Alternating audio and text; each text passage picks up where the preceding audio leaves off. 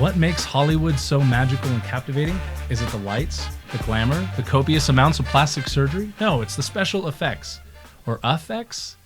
We'll just say special FX for the sake of the show. In my opinion, what makes a film enthralling is its ability to convince you that the daring, the paranormal, even the impossible are actually happening before your eyes.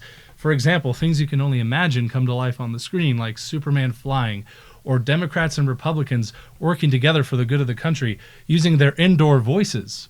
No, practical special effects and models, even CGI, which we'll talk about later, are all arrows in the quiver for experts that work behind the camera. Technology needed to bring the magic to the screen has improved over time.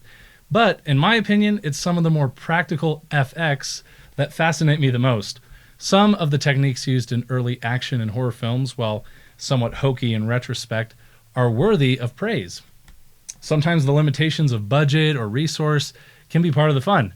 Not having a ton of money doesn't mean you can't have a good time. I tried to explain that to my girlfriend in college, but she wouldn't listen to me. But either way, big budget films and indie films alike can charm a crowd with creative effects. This brings me to our guest on the show tonight. He can paint, he can model, he can sculpt and design, he does it all.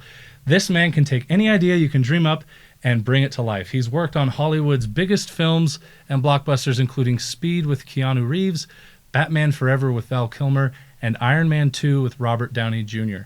His creative endeavors have recently led him to spearhead a new project called The What, which pays homage to the horror and monster films of the Golden Age while adding a special twist. Thanks to men like our guest today, our imaginations can soar higher than a Chinese balloon over Montana. He joins me now in the studio, Clark Schaffer. Welcome, Clark, to the show. Hey, thanks for having me. It's so great to have you here with us in the studio. Thank you. So what did I get wrong about you there in the intro? So far, so good. Okay, perfect. Tell us a little bit more about your Hollywood background and some of the special effects you've worked on and kind of what brought you to this point. Yeah, you know, since I was a little kid, I was always enthralled with the monsters and the science fiction and whatnot of the TV of back in the 70s. That led me to pursue Hollywood. I went in the early 90s with my portfolio.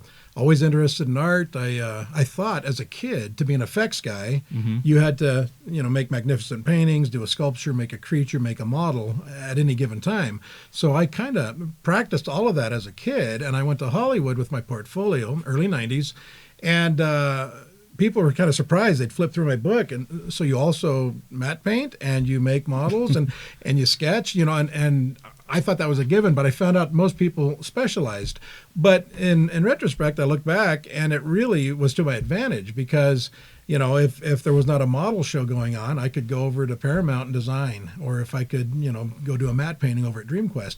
So it allowed me to be very flexible. Right. And at the same time, as you mentioned, working on different things now in my own studio and now finally my own film, it gives me the abilities to accomplish any visual that I care to accomplish. Yeah, that's great. Yeah.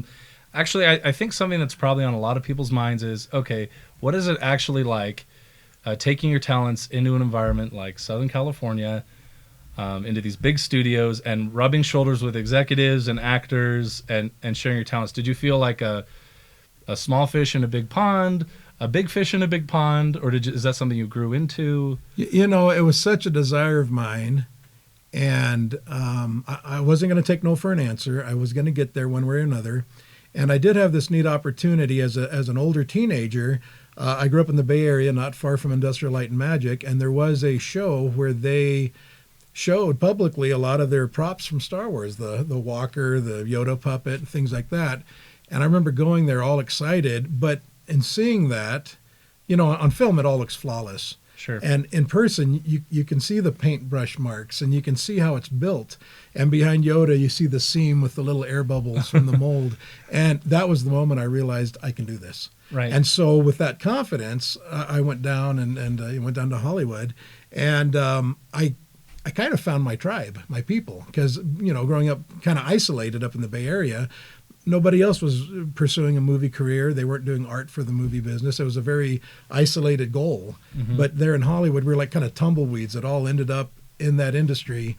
And we spoke the same language. We had the same passions and the same kind of drive. So it was a very comfortable and exciting experience. Yeah, for sure. That's awesome.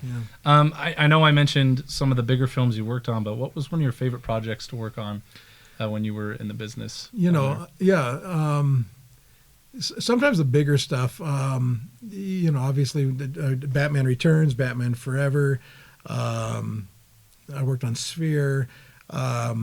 But people ask me what my favorite project is. I often say the next one because they're all so fun. But I did, when you spend 6 months on a project, you're on and off the set, you're interacting with the director and the actors, and then you go ahead, build your models and blow them up and film it, and then you go to watch the film and see what you did. That's just the thrill of any project. So I really don't know that I have a favorite. I'm proud of several sequences, and we'll probably look at a little one here a little later. I heard you brought something for us. I think it'd be great to break down a scene from a movie you did with Sylvester Stallone in it. Is that right? Yeah, he was nice enough to be in my movie. Okay, before we watch it, how about you do your best Stallone impression, then I'll do mine. Yo! I don't know that. Okay, we'll work on it. Yeah. Yeah, so we're going to watch this clip here from Clark Schaffer, where he plays us a little something from Hollywood. How was that? Perfect. Good job. Okay, Sly. why don't we just go ahead and shut Sly. up and watch it? No, you're good. All right. Okay, go ahead and roll it. Okay, so we got trucks in a tunnel. Yeah, so this is the opening explosion scene that kicks off the whole story. Okay. These are live action shots. I just left them in here so that you could see that. So they've established these trucks and then this insane driver. From this point on, models take over. These are miniature shots. So that was a model. Yeah, quarter scale. Okay. The bigger the model, the more realistic it looks, and especially if you're interacting with fire, water, smoke, any natural element.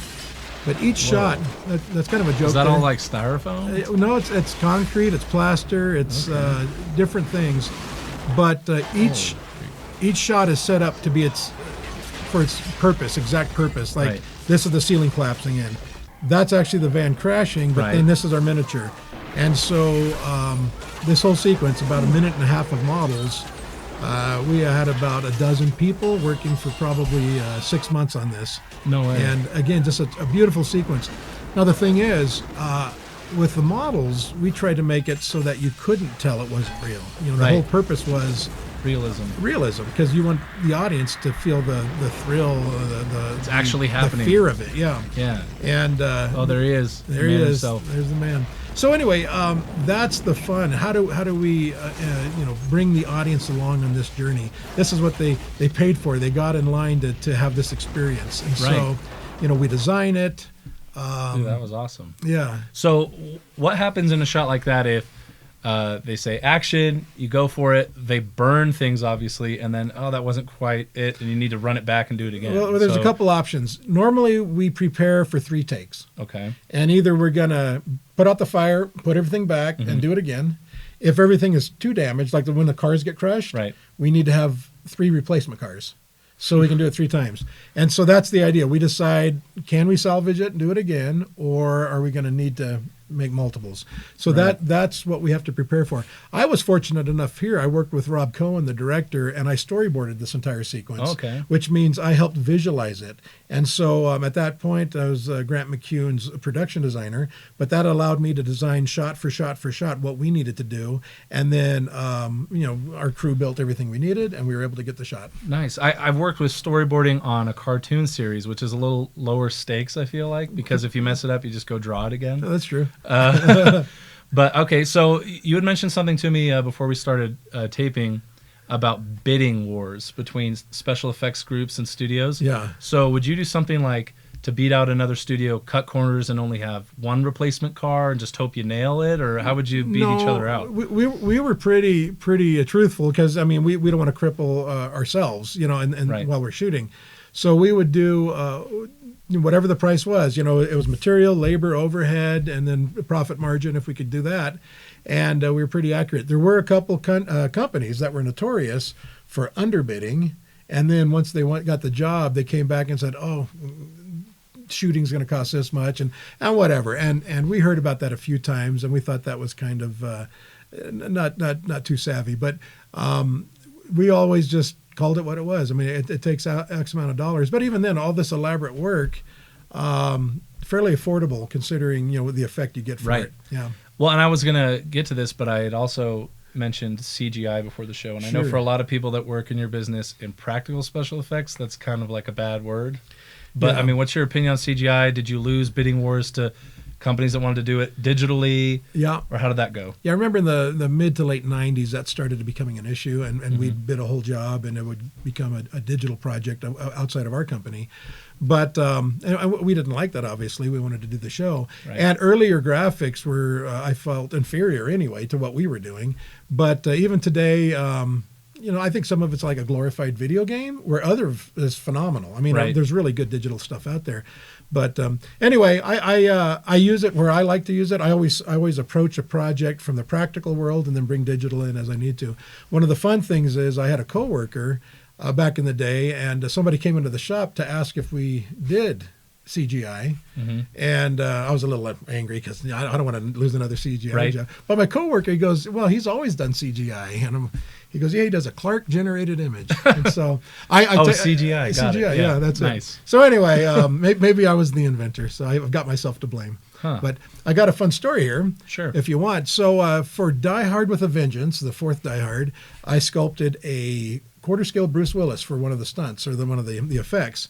And I had a mold of that character, Bruce Willis, and it was up on the shelves. All these cars for Daylight were also quarter scale, and we built, 30 models probably, and they all needed a driver.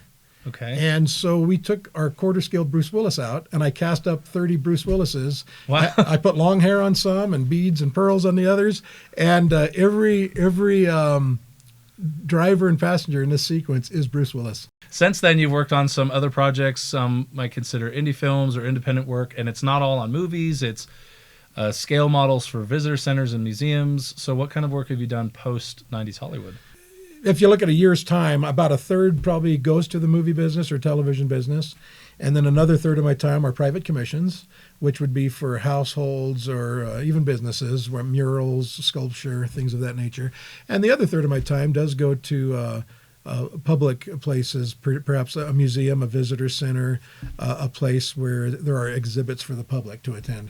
So like scale models of buildings and things like that, or? Yeah, I've built architectural concept models. There's a model in Hawaii of a religious temple where people come to the visitor center and they can look at it and really explore what the temple's all about. Nice. And that was a project. I had 6 artisans with me for a year. It was a very large project, but a very satisfying piece. Awesome. Yeah. I actually heard you did a little work for like a Chuck E. Cheese knockoff arcade place in Eugene, Oregon once. And you made some stuff for like the kids' playground, like a shark mouth you could climb into and an old pirate ship and stuff. Do you enjoy that more than some of these other projects? I don't enjoy it more. Like I said, they're all kind of fun in their own way.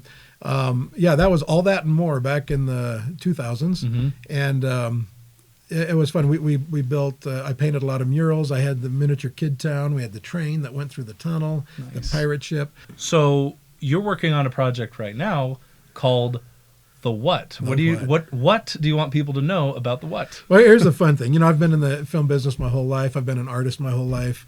And here we are. I've always tried to I've got a couple of pet projects I really want to make. And I was inspired last spring with a story. It's an homage piece to the 1950s monster movies. But beyond that, it's a family relationship film about a kind of a conflict between a father and his young son that through all these trials, the monster that represents the evils of life, right? They come to an understanding how they're both decent, good human beings and they can help each other. So it's a feel-good movie, all said and done, but with the fun and the excitement and a little bit of horror of a monster film. So anyway, not having enough money myself, I am putting some of my own funds into it, but we went to Kickstarter and we have a campaign going. And right now, as of our recording, we are halfway through with getting our funds at the halfway point and halfway through of our time. So I'm super optimistic that we're going to reach our goal and be able to film this summer. That is super exciting. Yeah. So are you running special effects and directing the project? Yep. This is my baby. I did the initial write, and my buddy and I did a rewrite of it. Already I'm collecting props and wardrobe. We're building sets. And then we're going to shoot this summer. And then I've got about an 8-month time period where I will go hide in my studio and create the visuals. Nice. Yeah. As they say, fixing things in post. I've always wanted to have a post to fix things in, but you don't really get a second run at it in real life. That's right. And in this case, visual effects, which is correct, the slang for effects. I can't spell, so I use FX. That's probably why they did it. As a nice effect when you listen to it. It's perfect. So anyway, the thing is, that's always a post service. Okay. Like very seldom are the effects generated prior to shooting, and so we're not just fixing it in post, we're creating it, because that's normally how it's done. And again, my approach is practical. How can I do it practical? I don't want the big, silly, slow-moving monsters out of the woods, the fiberglass or the papier-mâché costumes. It's not that. It's going to have a very new intensity to it. It's going to be the films you're used to, like as far as, the scary, the creature in the woods. How can people find your Kickstarter? What do they need to search to find you? Just what, Clark Schaffer? That's right. The what, Clark Schaffer on Kickstarter. And then we've got on my Schaffer Studios YouTube page, we're posting. We have the what Facebook. So we're out there. Perfect. And also, once Kickstarter's over, I feel really confident we're going to be shooting this summer. But for the duration of the whole production, we're going to keep updating Facebook and YouTube with behind the scenes and updates. Awesome. So it'll be a fun journey. Just keeping people involved and. Yeah, that'll be great. Well, for everybody listening on a platform where we can post links, we will definitely include links to the Kickstarter page, the Facebook page, and Schaffer Studios website so that people can listen in. Well, Clark, as sort of a final thought, I thought it'd be interesting to ask you. I think a lot of people lean into cliches about chasing your dreams, doing what you like, doing what makes you happy. I'm sure there were people along the way that maybe were well-intentioned that said things to you like, well, you're painting and making funny little models. You can't make a career out of that. Yeah. Don't chase your dreams. Did anyone say anything to you like that? Oh, yeah. Or? Well, they were all well-meaning. I look back and I had a school guidance counselor, my mom, other people I think they were just didn't want me to fail. Right. They were trying to protect me. So it was well intended, but I was just so stubborn. I didn't want to. After I saw Star Wars, I was 10 years old, and that just set me. I'm going to do this. I'm going to make movies. I'm going to do visual effects. Yeah. And so I wasn't going to take no for an answer. I felt I had the chops to do it. I was stubborn enough. But I do believe, if it's something you're really passionate about, and in your gut you feel like you're going to be able to do this, you should do it. You should pursue it. Maybe not everything's for every person, but I'm right now, I'll say chasing a dream can be very rewarding. It never turns out the way you think it's going to turn out. Sure. I mean, but you don't get any of it, if you don't chase it. And I'll have to say, even right now, what I thought of as a kid, it turned out a lot different, but I think it turned out better. Awesome. So it's cool. Well, thanks for sharing that, and thank you so much for coming on the show. Thanks for having me. Everybody, Clark Schaffer, Hollywood special effects veteran. He's coming out with a project, The What? He needs anybody's help who's interested with his Kickstarter project. They'll be filming this summer, and I encourage you all to check it out in the links that we provide. Thank you so much, Clark. Thank you, sir. And now it's time for one more thing. Oh, listen, just one more thing. I have a message for Hollywood. For the third and final time, stop making sequels, okay? We're sick of it. And we aren't falling for the cash-grabbing tactics anymore. How about come up with some original ideas instead of making all these endless spin-offs? If you don't cease and desist from this obvious lack of creativity right now, I will cancel my Disney Plus, I swear to Walt. When I was a kid, I loved The Jungle Book. It was my favorite thing ever, especially the songs. Then they made the made-for-TV sequel, then the cringeworthy 90s live-action reboot, then a large-scale full reboot with CGI all over the place. And don't get me started on The Lion King 1, 2, obligatory live-action remake, and the wildly insulting Lion King 1.5. The list goes on and on. Okay, Hollyweird keeps pumping out sequels that no one asked for, all while trying to sound clever with the titles. Happy Death Day to You? Coming up with a better title would have been a piece of cake. Magic Mike Double XL? Stripped of all creativity, if you ask me.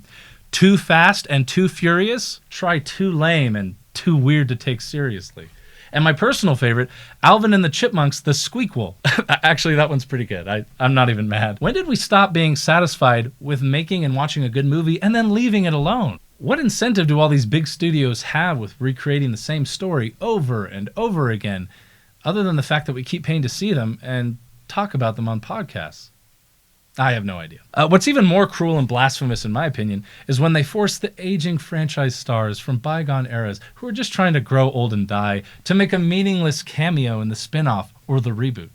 Leave these poor old millionaires alone. Rocky Balboa's already taken too many shots to the head to come back again, right? Right? Well, he could be wrong. Now, the worst thing about these contrived reboots and spin-offs is how clearly they didn't plan for them in advance. I mean, you can totally tell they tried to end the Pirates franchise several times, but someone always gets resurrected or plops into a parallel universe or some other lazy plot device. To save us some time, Schwarzenegger's Terminator should have just said, I'll be back. at least 7 more times over the next 3 decades. I know creative material can be hard to come by. And directors, writers, and special effects guys like Clark simply have to work with the things handed down to them. When life gives you lemons, make lemonade, right? Well, not exactly. It seems like the people who call the shots in Hollywood say, when life gives you lemons, make lemonade, then squeeze all the extra juice out of the lemon, then squeeze the lemon harder, and then sell the pulp, and then wait a few years and try to squeeze the lemon again, and then make a movie called Son of Lemon, then pump some juice back into the lemon to revive it, and then squeeze a new lemon, but have the old lemon come back for a cameo to remind you how much you love the old lemon, and how the new lemon is a disappointment and a mockery to the old lemon, and how you really wish they just decided to leave the memory of the lemon alone, and they just made limeade instead, or at least something else for a change. But they can't help it because now they have a lemon empire, and Walmart sells little lemon toys, and the kids dress up like lemon for Halloween, and they obsess over the lemon and Son of Lemon, until the world and its government start to collapse under the weight of lemon fandom, and the light of the sun gets blocked out by all the lemons, and there's no stopping it until the lemon-pocalypse. Actually, that gives me an idea for the title for the sequel. Lemon-pocalypse, better late than never. Oh, no. Lemon-pocalypse, scared citrus. Or, no, I got one. Lemon-pocalypse, what appealing. Now they have me doing it. Anyway, back to the point. How about this? Hollywood, when life gives you lemons, make lemonade. And then make something else. Okay, people, that'll do it for today. Thanks for tuning into the Anthony Jarvis Show, and we'll see you next time.